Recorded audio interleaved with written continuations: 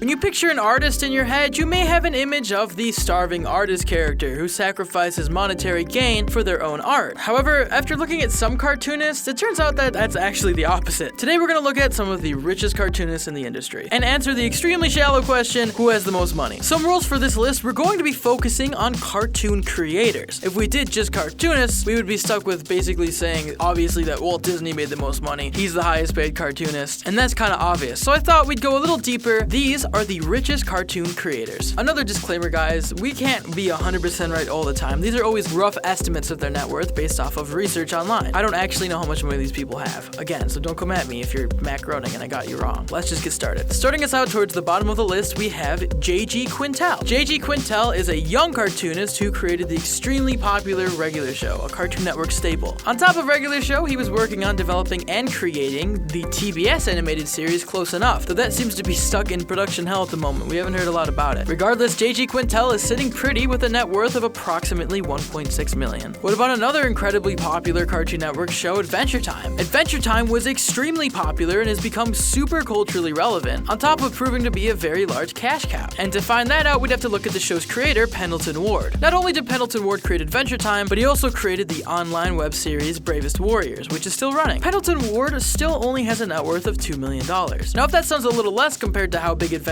Time got, you have to understand that Pendleton Ward wasn't the showrunner on the series for a majority of it. He ended up leaving after the second season because of the stress of being a showrunner. I'm sure he did a lot behind the scenes, and he still worked on the show a lot, along with Bravest Warriors, and I'm sure he makes hella money in royalties, but Pendleton Ward just wasn't the showrunner for the entire series. There's a couple more creators in this category. Alex Hirsch, who created Gravity Falls, is also sitting in a net worth of $2 million, though his Netflix deal that he just signed, which allowed him to create and work with shows on Netflix, could raise that money up quite a bit. Netflix pays a lot. Then we have Michael DiMartino and Brian Konietzko, I'm sorry if I butchered those names, who created the Avatar franchise, Avatar: The Last Airbender, The Legend of Korra, and those two are also both sitting at a net worth of around $2 million. Now let's raise the bar a little bit. Rick and Morty has proven to be an insane cash cow and success for Adult Swim. You can't go anywhere without seeing Rick and Morty merch or a Rick and Morty t-shirt, so even though this is Justin Roiland's first original TV show, he still has a net worth of $4 million. On top of his gaming company Squanch Games, which has had a couple successful VR games, including the Rick and Morty VR game. His partner in crime, Dan Harmon, has a little bit higher net worth at $5 million, though Dan Harmon is a television legend who has created Community. He's had another show with history called Great Minds, Harmon Quest, which is extremely popular roleplay D&D series that he does. He has a lot under his belt, which would explain why he has a little bit more money in the bank. Another cartoonist in this range is Rebecca Sugar, who's created Steven Universe. Steven Universe is an absolutely massive show with a huge following and successful merch. As of right now, it is around $4 million.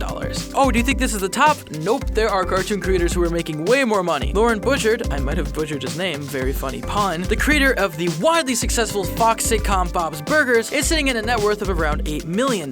This makes sense because Bob's Burgers is on a primetime slot, it's on one of the biggest television networks, and it's extremely successful even in its current season. It also has had streaming deals where it's on streaming platforms and successful merch. It's making him a lot of money. This next one surprised me. The extremely popular and thoughtful Netflix original BoJack Horseman has been a critical success since it started. Even with its new season, it's managed to just find new ways to tell incredible stories. But I always wondered how much money it was really making, as a Netflix show doesn't run ads. It's not really traditional television. Well, you can rest easy knowing that its creator, Raphael Bob Waxberg, is sitting in a net worth of $10 million. $10 million for one cartoon. One cartoon! Also sitting in that range is Genndy Tartakovsky, creator of the classic Samurai Jack, Dexter's Lab, the Hotel Transylvania movies, and a Star Wars The Clone Wars series. He's also in the same area with a net worth of $10 million.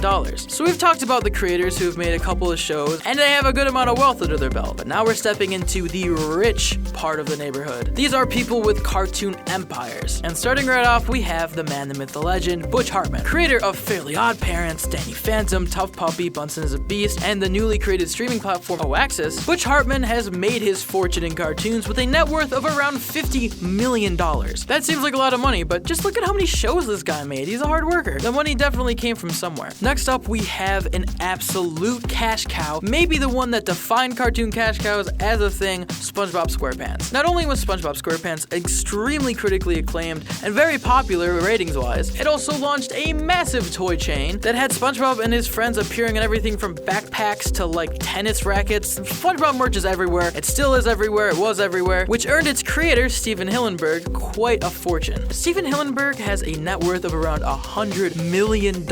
Compared to other cartoon creators who have only made one show, that is insane. To put that into perspective, he has 50 times more money than Alex Hirsch, and they both only made one cartoon. It just goes to show how far a great idea and a lot of marketing can get you. Next up, we have a very familiar face, Seth MacFarlane. Seth MacFarlane has really branched out from cartoons, as he started with Family Guy, then made American Dad and the Cleveland Show spin-off, but he's also had an extremely successful movie, Ted, which had a sequel, and right now he has his own live-action Star Trek parody show called The Orville, which is doing pretty good. This has all earned Seth MacFarlane a massive net worth of $200 million.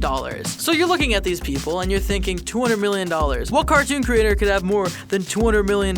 Well, let's look at a true industry legend, Joe Barbera. Now, Joe Barbera is a very smart businessman, and the fact that I'm including him on this list and not people like Walt Disney is because Joe Barbera is responsible for all of the Hanna-Barbera cartoons. The Jetsons, the Flintstones, all of those classics. That was him. Too many shows for me to even go into here. Regardless, his cartoon empire has earned him a net worth of $300 million. That is a true fortune. Well, it looks like it can't go any higher than that. Oh wait, it can. Guys, I did a lot of research for this video, and as far as I can tell, the spot for richest cartoon creator is a complete toss-up between three people. The first is Matt Groening. Now, this is probably not a surprise. The Simpsons is the longest running cartoon on television, let alone like sitcom. Many people consider it the greatest show of all time. Its cultural relevancy is indisputable, and it's pretty much responsible for every cartoon after it in some way or form. But on top of that, he bounced back with another extremely popular hit, Futurama, that ran for many seasons. And more recently, he created the Netflix original cartoon Disenchantment. Now, with all of that combined, Matt Groening has a net worth of $500 million. But he's not the only one. In terms of money, his cartoon rivals are Matt Stone and Trey Parker. Now, this one was actually kind of a shock to me, but it makes more sense the more you think about it. Matt Stone and Trey Parker are responsible for the incredibly popular cartoon South Park, along with theatrical movies like Team America World Police and the Broadway play Book of Mormon. Matt Stone and Trey Parker have truly built a cartoon empire for themselves, as South Park is an extremely popular show that's been running for years and it's still going, and the fact that it's so cheap to make. Everything is made to look like paper cutouts. The animation is not expensive at all. They just end up using a lot of presets and they make it in a week. And the amount of money it makes compared to what it costs to make leaves them each with the same amount of money as Matt Groening, a net worth of $500 million. So if you want to know the richest cartoonists, look at these three. Guess adult comedy is where it's at. Well, there you have it, guys. That was a list of some of the richest cartoon creators. If you didn't think artists made money, look at this. And if you ever wanted to be a cartoonist but then thought, well, I want money, so maybe I'll just have to settle for being a lawyer. No, look at these people. These people are worth $500 million. If these guys can do it, anybody can do it. So follow your dreams and just start creating. But as always, I want to know what you guys think. Did you enjoy this video? Did you not? Let us know in those comments down below, or tweet to us at Roundtable Vids or at @RetroNemo. If you want to consider helping out the Roundtable, you can check us out on Patreon. There you can get exclusive access to scripts and avatars. If you enjoyed this video of cartoon history, make sure you give it a like, share it, subscribe, and hit that notification bell to stay in the loop with all things animation. Guys, I'm RetroNemo. This is A Tale from Cartoon History, and I'll see you next time. Peace.